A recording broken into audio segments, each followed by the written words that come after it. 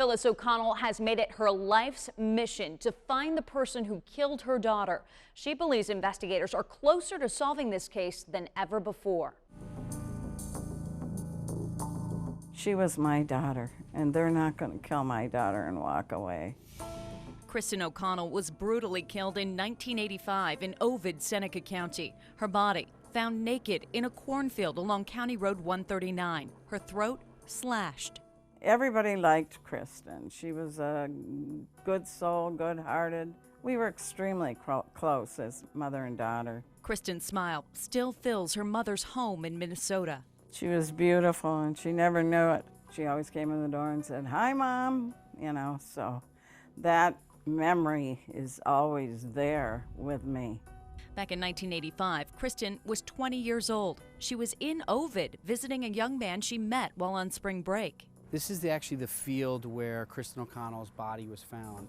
It was the summer before Kristin's junior year at the University of Wisconsin-Stout, where she was studying hotel and restaurant management. Kristin O'Connell was at a party at a trailer that's just approximately about a third of a mile up the road here. Behind the Golden Buck restaurant, there's a trailer. She was staying there with friends. She was reported missing after leaving that trailer. Investigators say she went for a walk alone around 11:30 at night on August 14th. Phyllis says something was bothering her daughter. She called me and said, "I'm coming home." But that would never happen. Kristin's father traveled to Ovid from Minnesota to help in the search. News 10 NBC was there when he found out his daughter had been killed. She did enjoy life. She enjoyed traveling. As a matter of fact, the way she picked her career was, I said, "Chris, you love hotels and resorts. Why don't you go into it?" And she did. Michael O'Connell, who has since passed away, said his daughter loved to travel and meet new people. And she was very open with people.